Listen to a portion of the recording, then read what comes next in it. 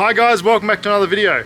We're here today with Carl, and he's going to give Disco Dave a bit of an upgrade. Yes, we are. That's right, exciting news! Our RV Disco Dave's getting a serious upgrade. Our cross-country trip from Las Vegas to Florida has been incredible, with amazing sights along the way. We've been keeping costs down by camping at free spots like rest stops, truck stops, and our favourite, Cracker Barrels. Now, to give our generator a break, we're installing solar panels on Disco Dave with the help of Carl from Calibrasuntech. Disco Dave's power system is being upgraded to include a 1600 watt rooftop solar array, a Victron multi-plus inverter charger, and 2 high-capacity lithium batteries. Replace his original 240 amp-hour lead-acid batteries, increasing his usable power storage to 920 amp-hours. Carl is here from Calibrasuntech. It's a company that he's made and developed himself.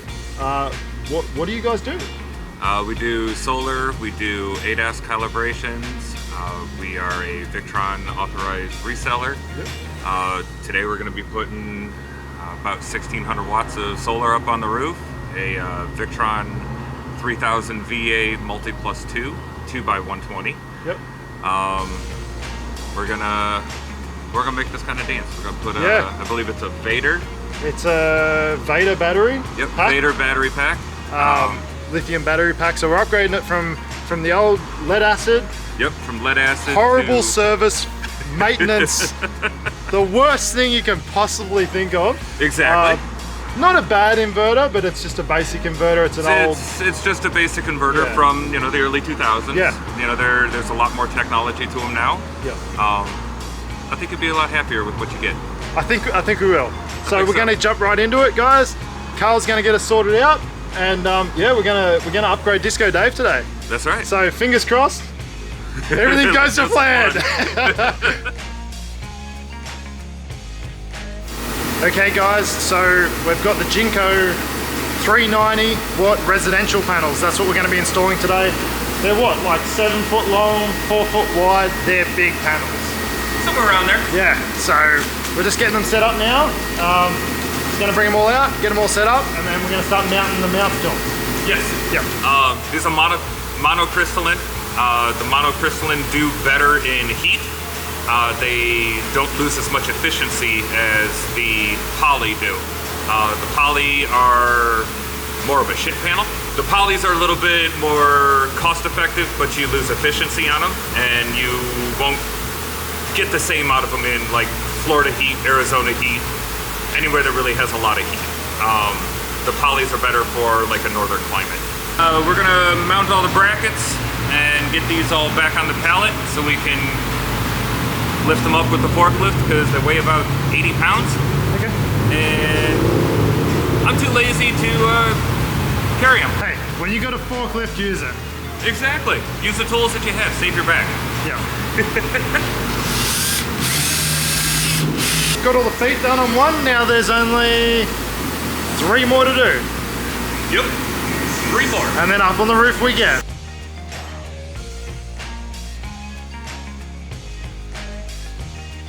Guys, hit up Carl.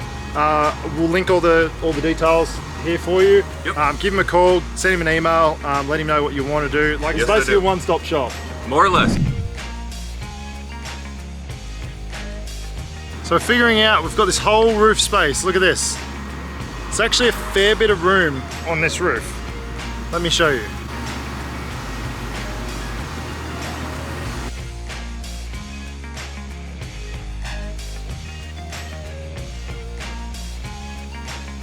Okay, so we have our layout. This is the best we can do with the space that we have available. So, up the front, this is towards the front here. We have 1 panel in the front half. We have 3 in the rear half. Let me show you right now.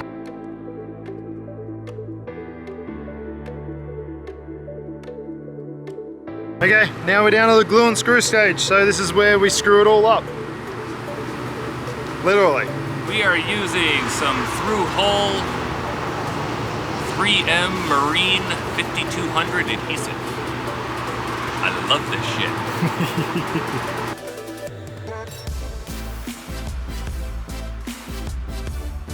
With the solar panels now safely mounted on the roof, it's time to unbox all the Victron Energy solar charging components to get ready for the next phase.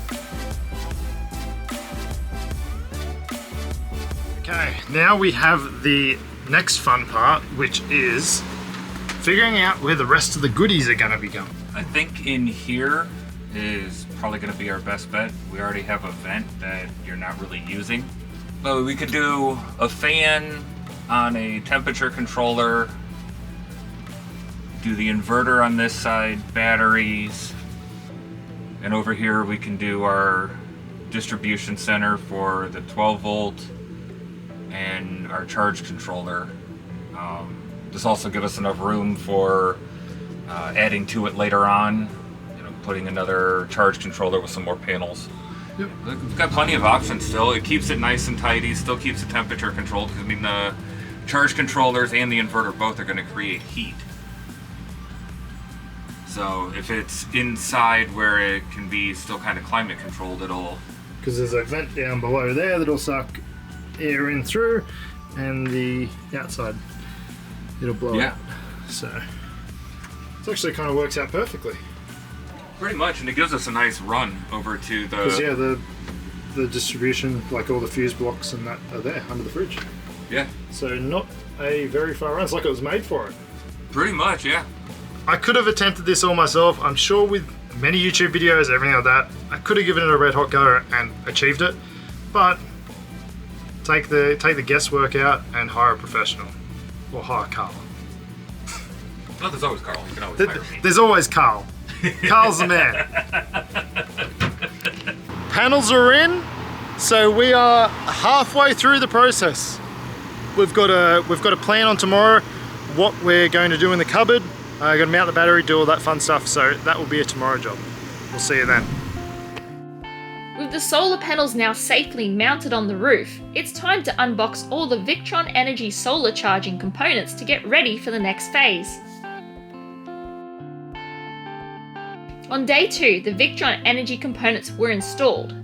Carl organised them on a robust board, which simplified the installation process and reinforced the overall structure of the cupboard. That's your shunt. This one is good for 1,000 amps. Alright, this is the gas gauge. This tells the computer and tells Servo what your state of charge is. We'll go in and program that when we start getting this all live. On the other side of it is going to be your power in, which is where all of your battery bank is going to connect in. Even though right now we're only installing one battery, this is expandable. We could add an infinite amount of power ins. The way that we have it here is we're going to have the ability to add four different battery banks, or 4 individual batteries.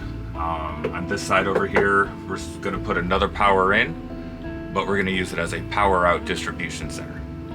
So it won't have all the blinking lights that'll tell you if the fuses are out or anything like that. All components are now installed. It was time to knuckle down and connect everything, including running the solar cables through the roof. Carl and his team have been fantastic to work with and are doing an amazing job. Okay, gotta go back up on the roof yet again.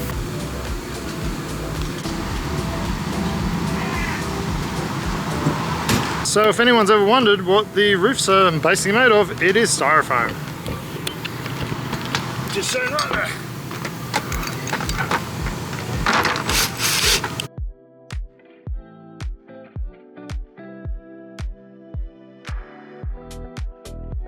Okay, so I really like what he's doing there, where he's using the Eternabond tape to hold the wires down, because it just looks neater and tidier than some of the other ways I've seen it done, where they literally put fixtures onto the roof, and that way I guess you're not putting any more holes in the roof than you need to.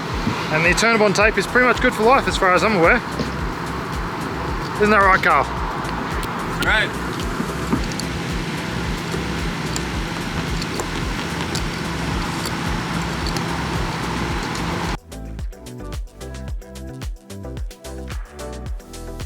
We're currently racing against the clock here with the storm coming in, and we'll get it done. It's just whether or not we get wet.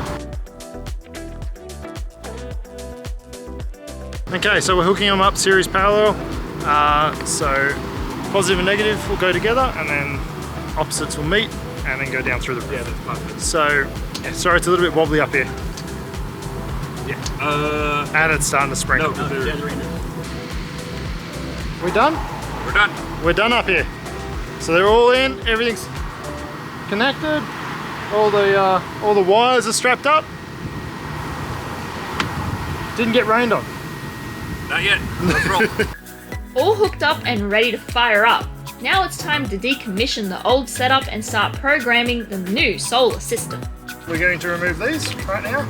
And once we remove all these, we've got to run the new wires from there to the cabinet behind me, which is where the old inverter was, and we're going to pull that old inverter out as well. So, let's get to it.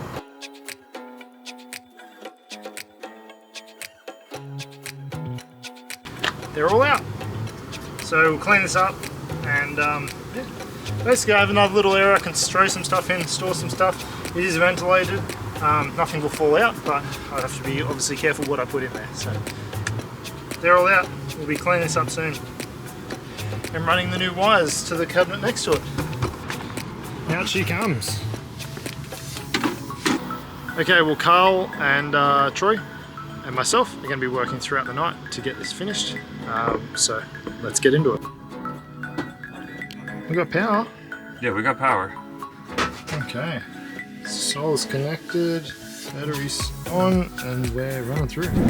The Victron solar installation is complete, and we couldn't be happier. We now have a massive 920 amps of usable power for our off-grid travels in the USA. We now have the freedom to run multiple devices, hairdryer, laptops, lights, TVs, and even air conditioning all at once without relying on our generator. A huge thank you to Carl from Calibrasuntech for setting us up with this incredible Victron Energy solar upgrade for our RV. If you're considering solar for your RV, definitely reach out to Carl. He's passionate about his work and delivers top-notch results. Thank you guys for watching, hope you enjoyed the video, and we'll see you all in the next one.